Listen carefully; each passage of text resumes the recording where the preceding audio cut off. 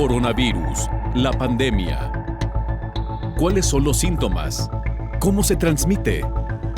¿Qué puedo hacer para protegerme y prevenir la propagación de la enfermedad? Nuevo padecimiento que ha encendido las alarmas de los sistemas de salud. Coronavirus, la pandemia.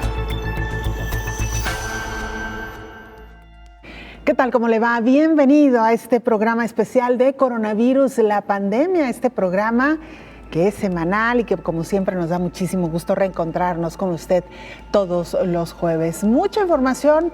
Este día estaremos centrando nuestro programa en la población infantil. Sin duda alguna, uno de los sectores que más ha padecido con esta pandemia de COVID-19, no solamente por lo que ha implicado la enfermedad, sino por el aislamiento social del que han sido víctimas pues una gran cantidad de menores al dejar de asistir primero a sus planteles educativos y luego quedarse en casa. ¿Cómo ha afectado esta pandemia no solamente la salud física, sino también la salud emocional de los pequeños? De todo ello estaremos hablando a lo largo de este programa. Por supuesto, muchos más temas, noticias que se han generado a lo largo de los últimos días, aquí las estaremos detallando.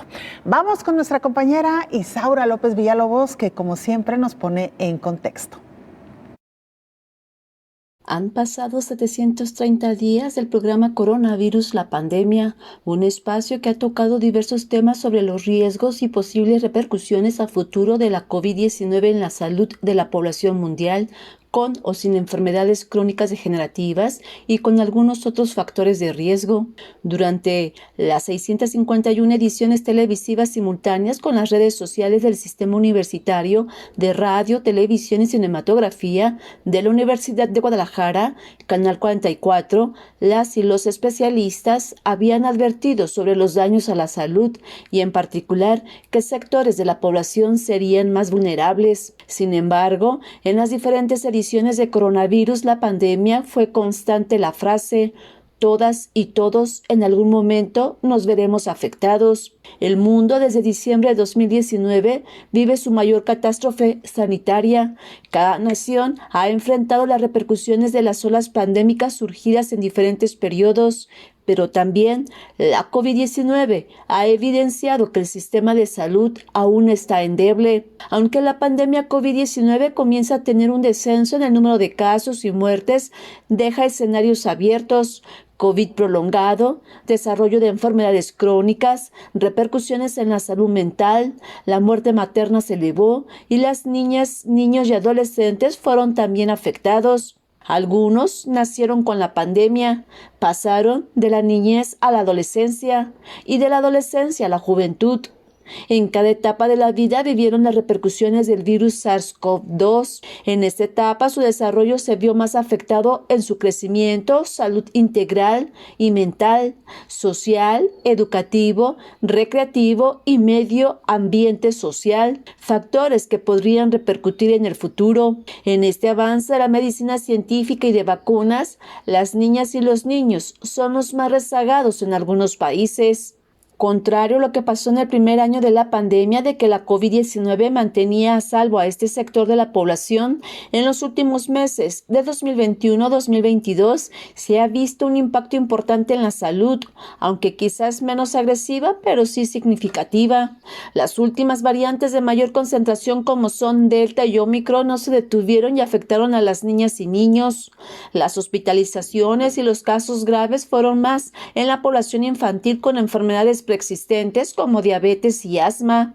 A principios del año, la Organización Panamericana de la Salud hizo un llamado a los gobiernos a garantizar que los servicios de salud estén abiertos y disponibles y tener un plan integral en salud, social, educativo para disminuir riesgos. Las niñas, niños y adolescentes crecen y se desarrollan en medio de una pandemia que deja a largo alcance el uso de cubrebocas, el distanciamiento social y ventilación adecuada, pero con una gran deuda en las naciones. La vacunación aún no es para todas y todos. Hoy, el programa Coronavirus cumple 2 años de estar al aire. Su alcance ha sido mayúsculo, llegando a miles de familias a nivel nacional, América Latina e internacional, a través de los medios de comunicación de la Universidad de Guadalajara. Todo con un solo objetivo, de que usted esté informado de lo que acontece con la COVID-19 en el mundo. Informó Isaura López Villalobos. Muchas gracias, Isaura, por esta recapitulación a 2 años de que iniciara este programa especial de coronavirus, la pandemia. Sin duda alguna, un esfuerzo extraordinario por parte de una gran cantidad de personas, de un equipo profesional dedicado que sin duda alguna pues ha hecho de este programa un programa de referencia a lo largo de estos 2 años de pandemia. Y mira, como el propósito es informar, haremos precisamente un recorrido por el mundo, qué está sucediendo en estos momentos en torno a la pandemia, decirle que en Reino Unido levantaron ya todas las restricciones en su plan para convivir con COVID-19.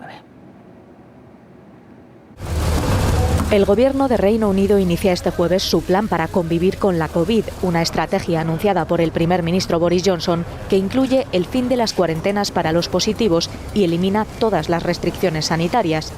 Johnson ha dado el paso ahora que se ha superado el pico de la variante Omicron del coronavirus. Eliminaremos todas las restricciones domésticas que quedan en la ley. A partir de este jueves ya no será obligatorio autoaislarse si se da positivo y también pondremos fin a la prestación de ayudas para el autoaislamiento, aunque se podrá seguir reclamando el subsidio de enfermedad durante un mes. A partir del 1 de abril, la realización de pruebas gratuitas se dirigirá únicamente a los más vulnerables. El resto deberán comprar el test. La medida llega con 1 de cada 20 personas infectadas con coronavirus en el país, según las cifras de la Oficina de Estadísticas Nacionales. Mientras Reino Unido se convierte en una de las primeras naciones en levantar todas sus medidas sanitarias, el resto de Europa inicia una oleada de flexibilización parcial de sus restricciones. En Bélgica se suprime la obligatoriedad de la mascarilla para los niños de entre 6 y 12 años, mientras que en Lille, en el norte de Francia, los menores también van a volver a la escuela sin mascarilla después de las vacaciones. Y en Bulgaria se ha anunciado que el certificado digital obligatorio contra el coronavirus ya no será necesario para entrar en restaurantes, centros comerciales y otros lugares públicos a partir de mediados de marzo.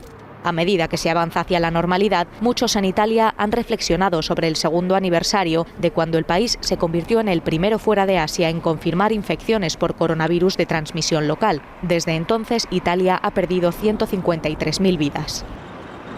Sin duda alguna, una buena noticia y una buena señal de que poco a poco se le va ganando la batalla a esta enfermedad que tuvo de rodillas a la humanidad durante poco más de 2 años. La pandemia no termina, así que al menos en el continente americano las restricciones continúan. Hoy que dedicamos nuestro programa a hablar de la población infantil y COVID-19, se ha detectado que son los niños y los adolescentes los que producen menos aerosoles contaminantes. Hablar y cantar implican un aumento de emisión de aerosoles, un aspecto clave en la propagación de COVID. Así que un grupo de investigadores decidió hacer un estudio con 4 niñas y 11 niños entre 8 y 10 años que participan en coros infantiles semiprofesionales. Son niños que tienen experiencia de canto que va de 1 a 5 años. Los investigadores encabezados por Mary Fleischer publicaron sus hallazgos en la revista The Royal Society. Tuvieron un grupo de referencia de 15 personas, 8 mujeres y 7 hombres desde los 23 a los 64 años de edad que pertenecen a un coro de adultos. Midieron las tasas de emisión de partículas de 15 niños preadolescentes con un contador de partículas láser para las condiciones de prueba. Respiración en reposo, habla, cantando y gritando. En comparación con los valores tomados de 15 adultos, las tasas de emisión para respirar, hablar y cantar fueron significativamente más bajas para los niños. Las tasas de emisión de partículas se redujeron 4 veces en el grupo de los niños. Los investigadores no midieron las emisiones de partículas directamente en la boca abierta, sino que las determinaron indirectamente suponiendo partículas distribuidas homogéneamente en la ubicación de la sonda. Así que es posible que no se hayan detectado todas las partículas emitidas. Estos estudios no permiten una gestión de riesgos generalizada y menos estricta para los niños.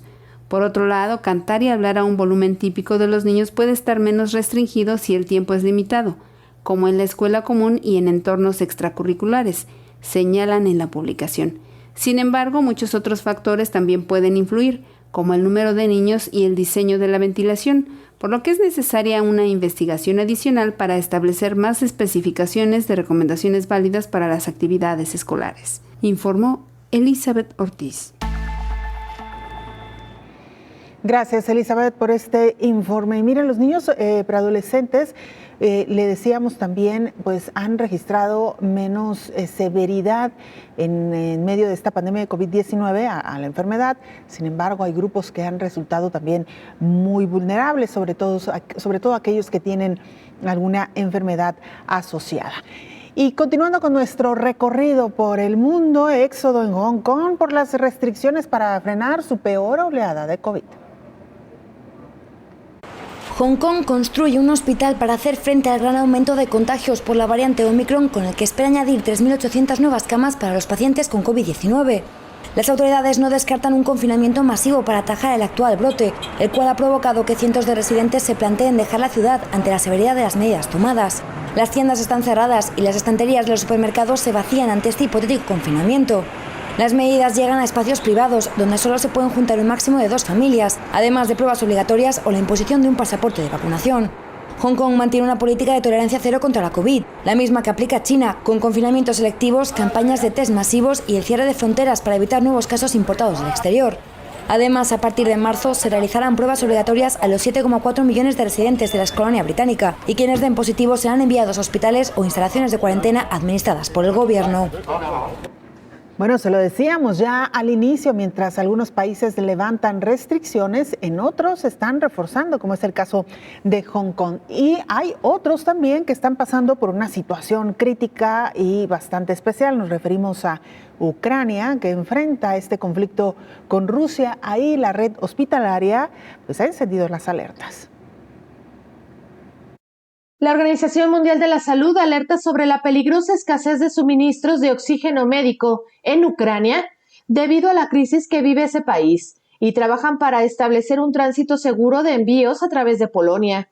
Tras el inicio de la ofensiva del presidente de Rusia, Vladimir Putin, contra Ucrania, la OMS advirtió que el suministro de oxígeno se acerca a un punto muy peligroso en ese país, ya que los camiones no pueden transportar las existencias de tanques medicinales desde las plantas de producción a los hospitales de todo el país, incluida la capital, Kiev.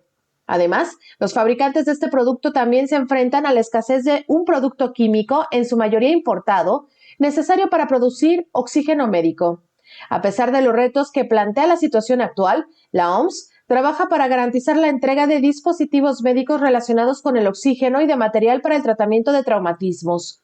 La organización está buscando soluciones que sirvan para aumentar el abastecimiento de suministros de oxígeno líquido y en tanques, probablemente importándolo de sus redes regionales. Estos suministros precisan de un tránsito seguro, por ejemplo, mediante un corredor logístico a través de Polonia. Además, los servicios hospitalarios también se ven amenazados por la escasez de electricidad, y las ambulancias que transportan a los pacientes corren el riesgo de quedar atrapadas en el fuego cruzado. Entre las medidas propuestas por la OMS incluye la provisión segura y fiable de suministros médicos esenciales como el oxígeno, que son cruciales para los pacientes con una serie de enfermedades como la COVID y para los que padecen otras enfermedades críticas derivadas de complicaciones del embarazo, el parto, afecciones crónicas, sepsis y lesiones, traumatismos y los mismos heridos de la guerra, informó Rocío López Fonseca. Hacemos nuestra primera pausa, usted no se vaya, regresamos con más noticias.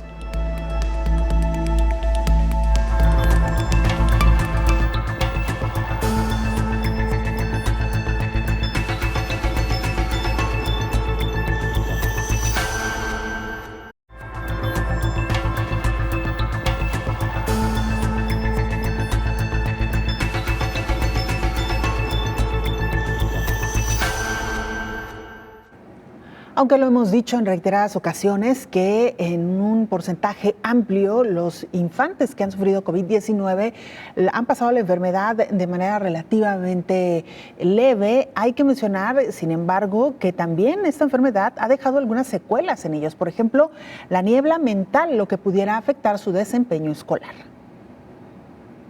En Europa ya comenzaron a detectar la niebla mental en la población infantil que se contagió de COVID-19 y los colegios se enfrentan a un nuevo desafío.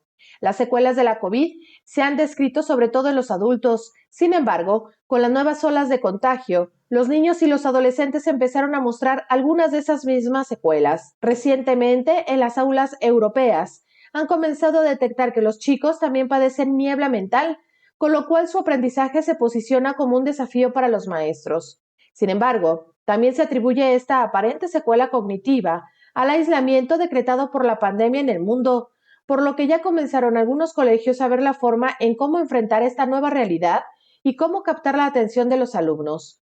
Esta afección forma parte de la larga lista de las secuelas que ha dejado el COVID prolongado o persistente. Según los datos en América Latina, la incidencia de long COVID varía entre el 10 y el 15% del total de quienes se contagiaron de COVID, aunque no haya sido de manera grave. ¿Pero a qué se refieren los especialistas con niebla mental? Se describe así a la sensación de confusión mental. Está descrita sobre todo en adolescentes y se puede expresar como una falta de concentración, una afectación de la memoria a corto plazo, que también puede presentarse junto a la fatiga, el cansancio, la ausencia de ganas, los cambios de humor, falta de apetito o incluso insomnio, con lo cual pueden estar asociados a esta sintomatología, ya que todos estos síntomas repercuten también en la capacidad de concentración, detallan los expertos, informó Rocío López Fonseca. Y precisamente para continuar hablando de COVID-19 y niños, vamos a la línea telefónica, se encuentra el doctor Alejandro Aldana. Él es psiquiatra, además subdirector del Instituto de Salud Mental. Doctor, ¿cómo le va? Bienvenido, buen día. Muy bien, muchísimas gracias. ¿Ustedes qué tal están? Todo bien, doctor.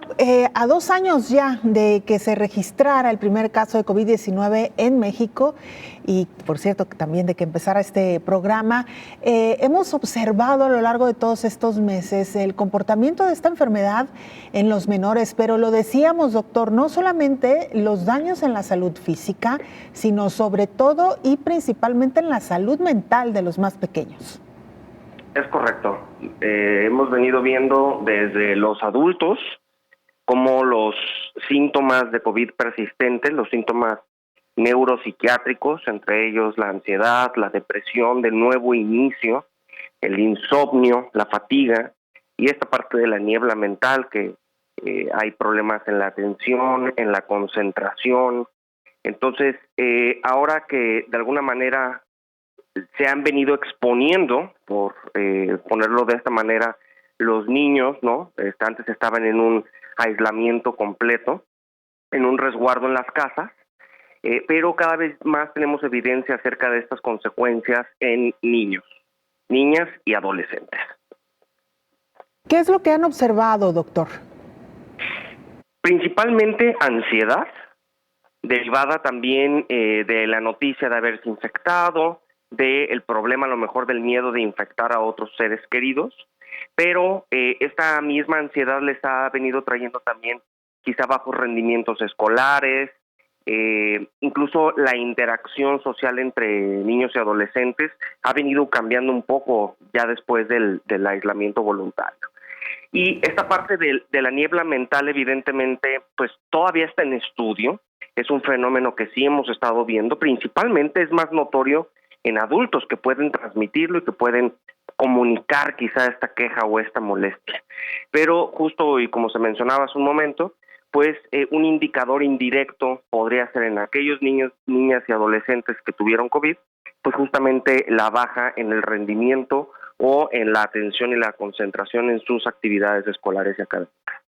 Doctor, hasta hace algún tiempo las enfermedades mentales, emocionales particularmente, parecían ser propias de los adultos. Conocíamos muy pocos casos de niños que tuvieran ansiedad o que manifestaran depresión. En este sentido, le preguntaría, ¿qué implica para un niño comenzar a padecer este tipo de trastornos a tan temprana edad? Si no se vigilan, ¿qué consecuencias puede tener en su vida adulta? La realidad es que los padecimientos de salud mental infanto-juveniles sí son bastante frecuentes. Inclusive hay un pico de incidencia considerable en las etapas, digamos, críticas de la vida, a los 7 años, esta transición a la primaria, en la pubertad, en el adulto joven, es cuando mayor o más frecuentemente suelen iniciar esta clase de padecimientos. Entonces, de alguna forma en el ámbito de la salud mental no somos ajenos y conocemos bastante bien las consecuencias que puede tener esto y su detección quizás tardía o inoportuna, en donde no solamente el bajo rendimiento escolar, sino también pueden ser más propensos a involucrarse mucho más tempranamente en el consumo de algunas sustancias, tener mayores conflictos interpersonales con compañeros, compañeras, inclusive con la misma familia, ¿no? Entonces, ahora con el tema de COVID, pues evidentemente se incrementó de manera generalizada la ansiedad. Creo yo que todas las personas tuvimos miedo ante el desconocimiento, estábamos desconcertados de alguna manera por las noticias y por la gravedad que ameritaba la situación en su momento. Entonces, esto traía también insomnio, ¿no? Irritabilidad, y evidentemente este tema del aislamiento voluntario también hizo que se expusieran demasiado a pantallas, ¿no? Entonces, el uso de las redes sociales de manera indiscriminada, entonces ha modificado, digamos, el hábito o los itinerarios de todos estos niños, niñas y adolescentes.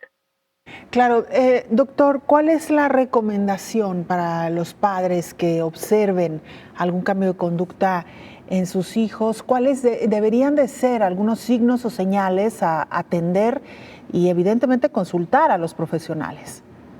Por supuesto, a veces yo invito muchas de las veces a madres y padres, a tutores, que puedan más bien ellos también autoexplorar cuáles son los síntomas que un adulto puede tener. Porque digamos que si en carne propia, por así decirlo, nosotros no tenemos como un autocuidado, parecía que estamos demasiado vigilantes sobre niños, niñas y adolescentes, cuando realmente el primer paso es que padres, madres, tutores pueden identificar que tienen o no algunos síntomas y estar como vigilantes. ¿Para qué? Para poder hacer empatía y para poder quizá leer o detectar o censar o ser empático con los síntomas o los cambios de conducta que puede tener un niño, niña o adolescente. Principalmente los que podemos ver es insomnio, ¿no? Que se pueden estar mordiendo las uñas, que pueden tener demasiada inquietud en las piernas, en las manos, y la irritabilidad, que digamos que pareciera ser característica de la infancia, pero estamos hablando de una irritabilidad constante, sostenida, es decir, no basta un par de días, unas horas, no.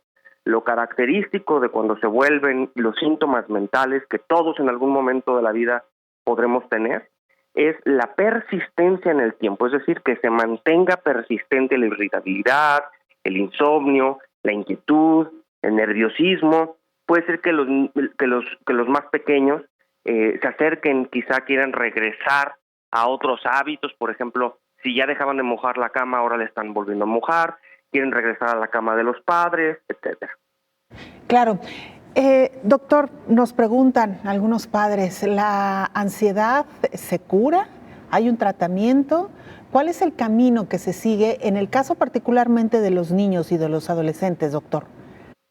Por supuesto, insisto y reitero, digamos que lo que conocemos de manera general antes de COVID y durante es que muchos de los padecimientos de salud mental sí son genéticos, hay un sistema familiar, suele haber antecedentes familiares, hay cierto grado de heredabilidad de estos padecimientos.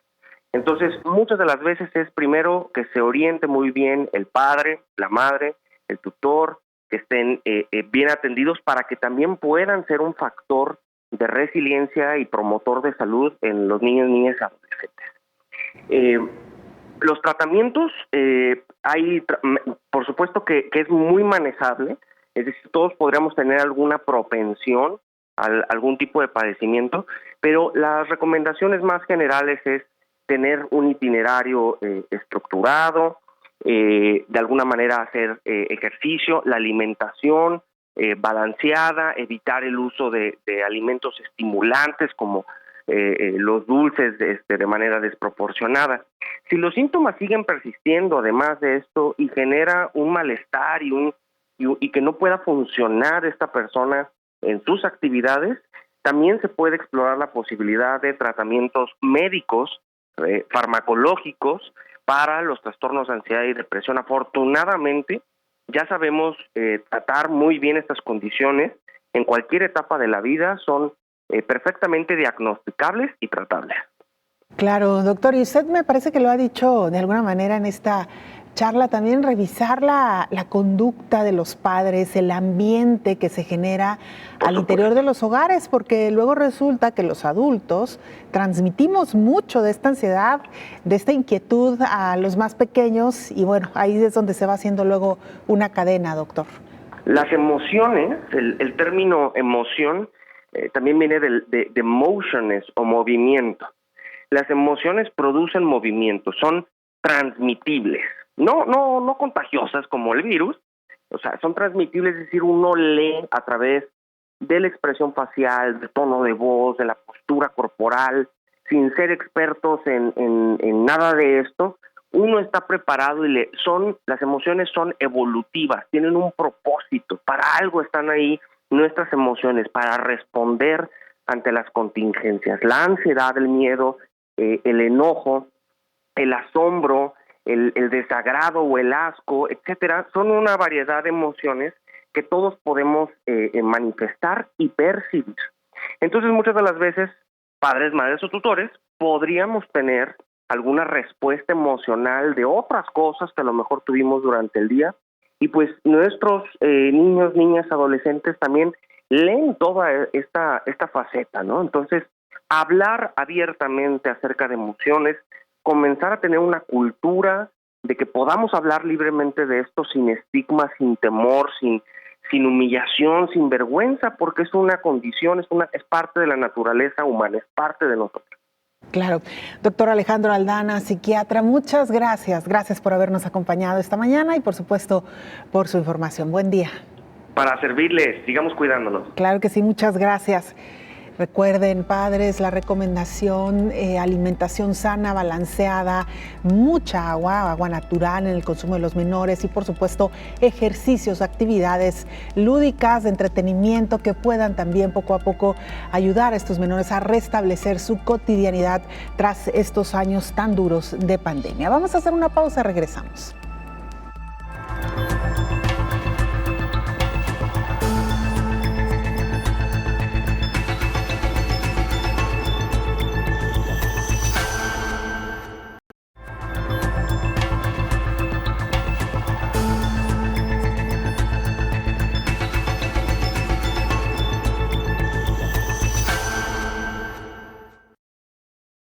Una española de pediatría señala un avance desigual en el avance de la vacuna anti-COVID para niños. El Comité Asesor de Vacunas de la Asociación Española de Pediatría hizo un análisis de los avances en la inmunización de niñas y niños contra COVID. Con los datos del Ministerio de Salud al 25 de febrero de este 2022, puede comprobarse que la vacunación de COVID en niños y adolescentes avanza a paso desigual. La vacunación de los adolescentes de 12 a 15 años comenzó en España en el mes de junio de 2021. Se alcanzó la vacunación con el esquema completo del 87%, es decir, de 3.5 millones de adolescentes. Mientras tanto, la vacunación de los niños de 5 a 11 años empezó el 15 de diciembre de 2021, 6 meses después que el otro grupo. Después de 10 semanas desde que comenzó la aplicación de dosis, se ha administrado la primera dosis al 57% de los 3.2 millones de niños de este grupo. En poco más de 2 semanas, la segunda dosis la han recibido solo 16% de este grupo de niños. Este periodo ha coincidido con las vacaciones de Navidad y con un importante incremento de casos de infección por el SARS-CoV-2 en toda la población. El Comité Asesor de Vacunas explica que las razones de este estancamiento se sitúan en distintos niveles, como el de la epidemiología de la infección, la gestión de la respuesta a la pandemia y la percepción del riesgo y la necesidad de la vacunación por parte de la población. La razón más importante es la elevada incidencia de infecciones COVID en la edad pediátrica en el mes de enero, contagios que obligan a retrasar atrasar la aplicación de dosis al menos 2 meses más tras el diagnóstico. Entre la segunda y la cuarta semana de enero fueron los niños y adolescentes, y especialmente los de 5 a 9 años de edad, los que presentaron mayores tasas de incidencia de la infección, informó Elizabeth Ortiz. Gracias, Elizabeth, por esta información que nos da pie además para saludar en el estudio al infectólogo internista, el doctor Héctor Raúl Pérez Gómez. Doctor, bienvenido, qué gusto. Muchas gracias, Belén, buen día, qué gusto saludarte. Igualmente, doctor, por supuesto aprovechar para agradecerle su trabajo, su tiempo a lo largo de estos 2 años. Ayer cumplimos 2 años de estar al aire con este programa especial que nacía justo a los 2 días de que había llegado el primer caso de COVID-19 a México, y que durante estos 2 años pues ha sido el espacio para orientar a nuestra población, pero además hacerlo desde la voz de los expertos como usted, que han sido sin duda alguna la columna vertebral, el pilar de este programa, para orientar debidamente a la audiencia, doctor. Muchas gracias, Belén. Pues el agradecido soy yo, con la Universidad de Guadalajara, con Canal 44, con todo el staff de producción. Muy agradecido contigo, Belén, con quienes han conducido el programa en diversos momentos también, por la oportunidad. Y efectivamente ha sido una experiencia muy grata, particularmente por la oportunidad de poder brindarle a nuestra audiencia información que vamos considerando en su momento válida desde el punto de vista científico, académico, porque creo que eso es lo que para la pandemia era requerido, el sustentar decisiones, el sustentar estrategias, pero en base a la evidencia científica. Y este programa se caracterizó en todo momento, se ha caracterizado en todo momento en sustentar la información en base a evidencia científica. Para mí, entonces, Belén, una experiencia muy, muy grata, y estoy profundamente agradecido, y además también es por un asunto vocacional. Yo soy médico, me dedico a atender pacientes, pero digo que dentro de mi vocación también está poder asesorar, brindar alguna información que sea de utilidad a la sociedad, sobre todo para que se protejan mejor, para que aborden su salud desde un punto de vista más científico, más académico, y para que adopten todas esas medidas que conocemos como estilos de vida saludables y que para el caso de COVID pues son extremadamente importantes. 2 años efectivamente, Belén, y bueno, ya nos dirán los productores qué sigue, porque afortunadamente la pandemia está dando tregua en todo el mundo. Esperemos que sea una tregua, si no definitiva, esperemos que sea definitiva, pero que sí cada vez sea mucho menos impactante la ola epidemiológica, que esperemos haya menos surgimiento de variantes o no haya nuevas variantes, para que eso le permita al mundo de la ciencia, de la academia, sustentar estrategias que ya den por contención definitiva la pandemia de COVID-19.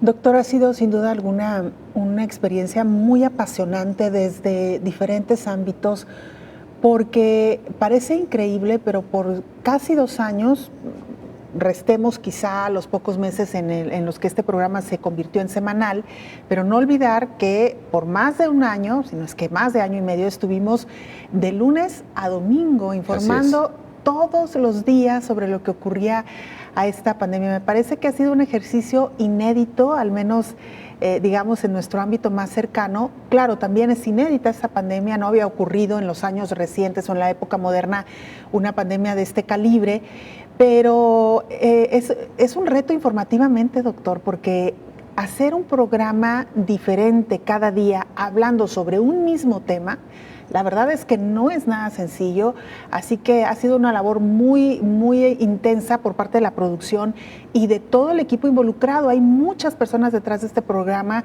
quizá en el caso de su servidora soy solamente uno de los rostros, pero en realidad el contenido viene de muchísimas personas, incluido usted, doctor, y esto me parece que sin duda alguna, para empezar, es un dato a destacar, sin contar la parte emocional que también nos pegó muy fuerte a lo largo durante todos estos meses, porque me parece que también otro hecho inédito es que conforme hablábamos aquí de la pandemia, en la realidad, en nuestra vida cotidiana, yo como ciudadana, como madre, como esposa, como hija, como hermana, pues lo vivía en la calle, y usted, máxime doctor, en el consultorio, con pacientes que usted estaba viendo padecer esta enfermedad. Bueno, los hospitales con equipo de protección, viendo pacientes graves. Tienes razón, Belén, nosotros, independientemente de que estemos acostumbrados a esa parte de nuestra vida profesional, esta pandemia nos vino a generar diferentes formas de pensar, de actuar, de protegernos, porque también nuestra salud mental se vio amenazada en diversos momentos. No podemos negar que aunque los profesionales de la salud nos preparamos para ello, y yo siempre he dicho que por ende teníamos que hacer frente directo a la enfermedad, cara a cara a esta enfermedad, no deja de ser inquietante el saber que en cualquier momento puedes enfermar, te puedes contagiar de COVID-19. Imagina lo que ocurrió durante el primer año de pandemia, en que no había vacunas y en que tenías que ver a los pacientes directamente, sobre todo al paciente grave, que transmite más la enfermedad. Entonces ese fue un momento muy difícil, porque además uno piensa en la protección personal, pero también en la de su familia. Claro. Tú tienes familia con la que llegarás un poco más tarde, después de una jornada, y siempre estás con la preocupación, la incertidumbre de si no vienes incubando la enfermedad y por ende con riesgo de transmitirla. Y a los demás, a quienes te rodean. Entonces, todo eso estuvo alrededor de estos 2 años de pandemia de COVID-19, y más durante el primero, que no teníamos vacunas. Que no teníamos vacunas, que no había tratamientos todavía. Fármacos más. Seguíamos a prueba y error, doctor. Sí. Hoy todavía, pero ya con mucha más claridad. Con mucha más claridad, con medicamentos que en particular para los pacientes graves son de mucha utilidad. Lo hemos platicado aquí, antivirales nuevos, anticuerpos monoclonales, que pueden modificar el curso de un COVID grave, de un COVID que está yendo a la gravedad. Y algo muy importante, Belén, la capacidad que fuimos adquiriendo para detectar factores de riesgo que podían tener un mal pronóstico en su momento y que requerían entonces del uso de medicamentos como corticosteroides, anticuerpos monoclonales, etcétera. Entonces sí, el rostro de COVID de hace 2 años, su inicio, y el rostro del COVID actual es diferente, desde el punto de vista epidemiológico, desde el punto de vista clínico y desde el punto de vista también, Belén, hay que decirlo, del comportamiento social. En este primer momento de reflexión, diría que es muy importante no perderle el respeto al COVID. Sí, en estos momentos la mayor parte de la población podría estar ya vacunada, y por ende, si se presentara un caso de COVID, este sería menos grave, pero no le perdamos el respeto, porque algo que sí en sus momentos nos fue teniendo muy preocupados fue el surgimiento de las nuevas variantes. Cuando surgió la variante Omicron, Belén, tú y yo lo anunciamos aquí a unas horas de haber sido descrito por la Organización Mundial de la Salud, y dijimos que había indicios de que se trataría de la variante más transmisible de la enfermedad, más contagiosa de la enfermedad, y así fue. Entonces, no le perdamos el respeto, porque COVID no ha terminado, es una enfermedad que llega para quedarse, en la modalidad quizás de una enfermedad estacional, y esperemos que no vuelva a retomar impetuosamente esas características de gravedad y de mayor transmisión. Sobre todo, doctor, porque nunca sabemos o nunca sabremos cómo vamos a evolucionar. Claro. Cada quien en lo individual, en lo particular. Así que, doctor, regresamos con más, por supuesto, claro que sí, Belén, de este tema. Vamos a la pausa, regresamos.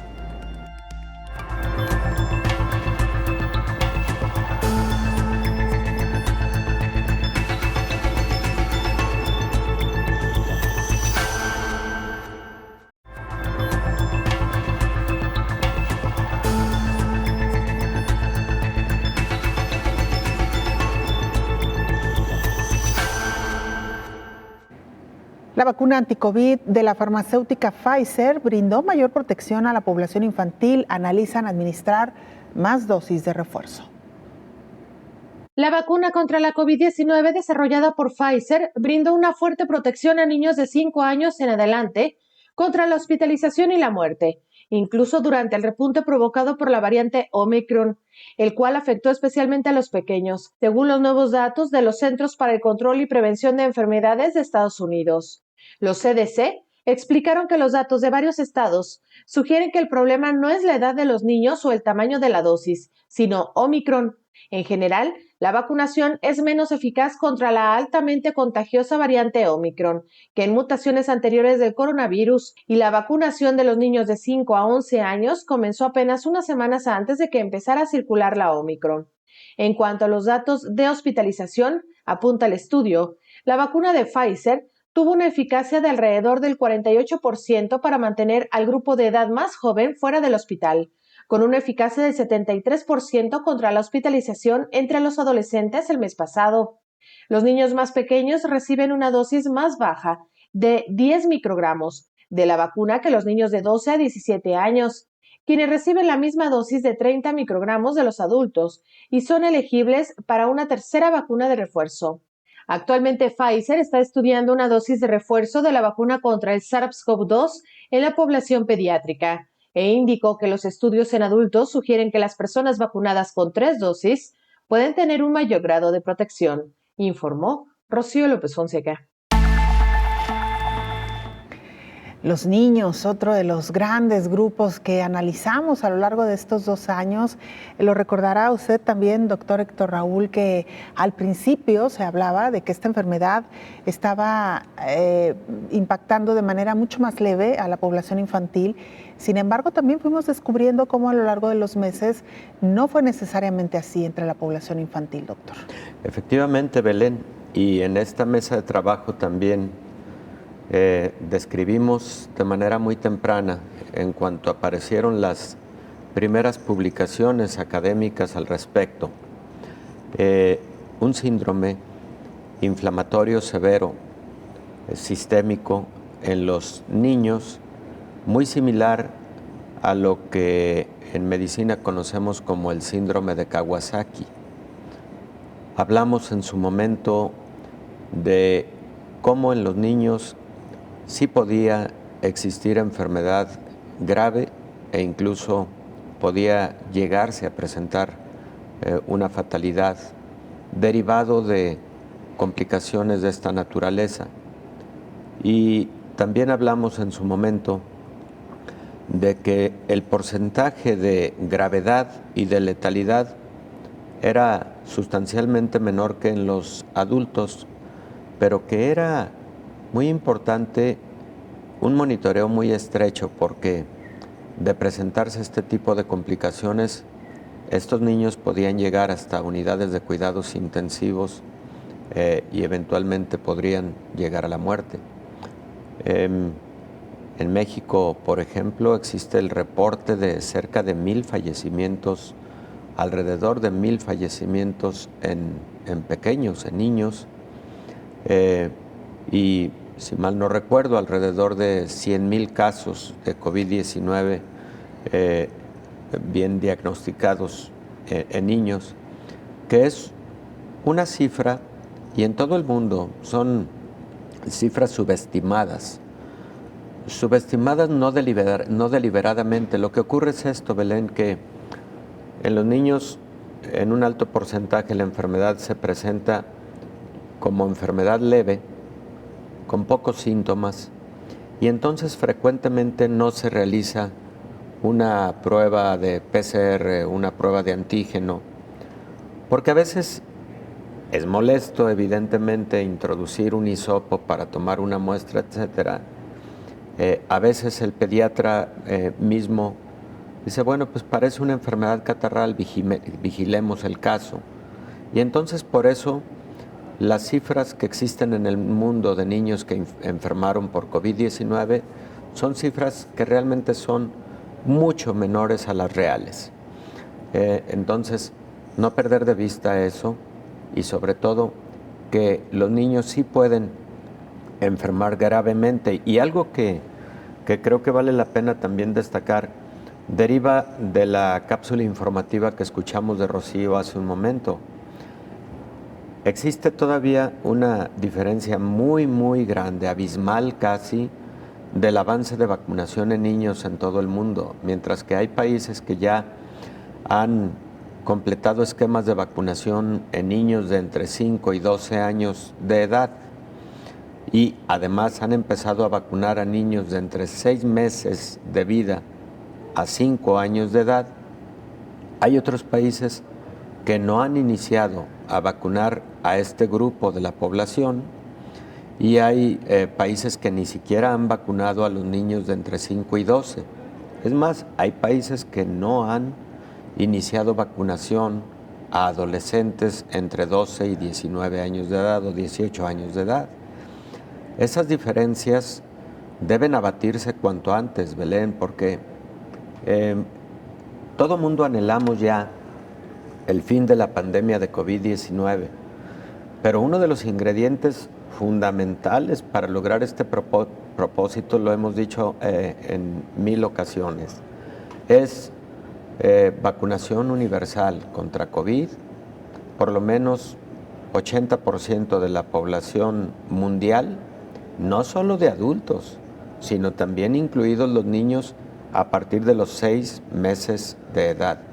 Solamente en ese momento la globalidad va a poder tener mayor tranquilidad al respecto de COVID, de que COVID se convierta en una enfermedad estacional.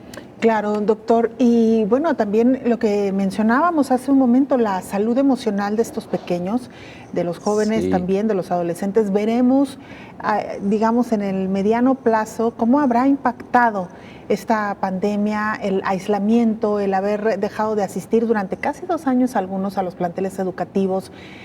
Veremos qué consecuencias dejará esta pandemia para las futuras generaciones, doctor. Yo creo que muchas, Belén, y yo creo que ahí hay un trabajo importante que realizar, ahí hay una tarea fundamental para lograr que estos pequeños, primero, empaten desde el punto de vista educativo, de formación integral, lo que han perdido a lo largo de estos 2 años.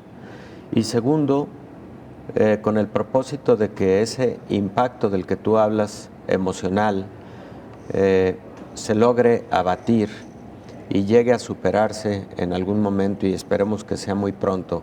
Sufrieron mucho los niños. Sufrieron la preocupación de que alguien de su familia enfermara. Y a veces son los niños los que más sufren esas amenazas. Sufrieron pues el riesgo de enfermar ellos mismos, sufrieron cuando vieron algún ser querido enfermo. O morir, doctor. O morir. Los abuelos, por ejemplo. Efectivamente. ¿Cuántos niños vieron morir a sus abuelos, a sus padres? Y de hecho en el programa se habló en muchos momentos en cápsulas informativas de los países que tuvieron índices más altos de orfandad derivado de COVID-19. México lamentablemente es uno de esos países. Y todo esto representó mucho impacto y sobre todo que en lo escolar pues los niños no tuvieran la formación integral, porque estar detrás de una computadora o detrás de un televisor recibiendo las clases, pero sin capacidad de estar jugando con sus amigos, socializando, etcétera, que es parte de esa formación integral, indudablemente impactó mucho a este sector de la población. Doctor, casi nos despedimos, apenas un minutito para preguntarle su opinión respecto a este levantamiento de restricciones generalizado. Veíamos hace unos minutos en una de las piezas informativas, Reino Unido prácticamente ya levantando todas las restricciones, incluido la obligatoriedad del uso del cubrebocas. Y le decía a usted, doctor, me llamó mucho la atención en el informe del presidente Joe Biden en el Capitolio, prácticamente también ya nadie con cubrebocas, doctor. Mira, Belén, este paso es muy difícil de dar. Este paso se podrá dar en la medida en que transcurran por lo menos 4 semanas, que son 2 periodos de incubación, sin crecimiento de la enfermedad, al contrario, con disminución progresiva de la enfermedad. Y número 2, se podrá dar de manera gradual, con mucha vigilancia epidemiológica. Que si vamos a poder volver a la antigua normalidad, yo creo que no al 100%, porque debimos haber aprendido por lo menos, que en circunstancias especiales debamos utilizar cubrebocas, que en circunstancias particulares, como cuando tenemos algún síntoma respiratorio, debemos guardar distancia, debemos evitar ir a lugares concurridos. Y el asunto más importante, que estas medidas van a poder aplicarse siempre y cuando 80% de una determinada población esté vacunada. De otra manera, lo considero prematuro. La pandemia no ha terminado, doctor. No ha terminado. A seguir con las medidas en lo particular, en lo colectivo, es importante no bajar la guardia. Doctor, Así como es. siempre, muchas gracias. Gracias, Belén. Nos vemos aquí el próximo jueves, si le claro parece. que sí. También a usted lo esperamos en la siguiente emisión de Coronavirus, la pandemia, el próximo jueves. Gracias por habernos acompañado.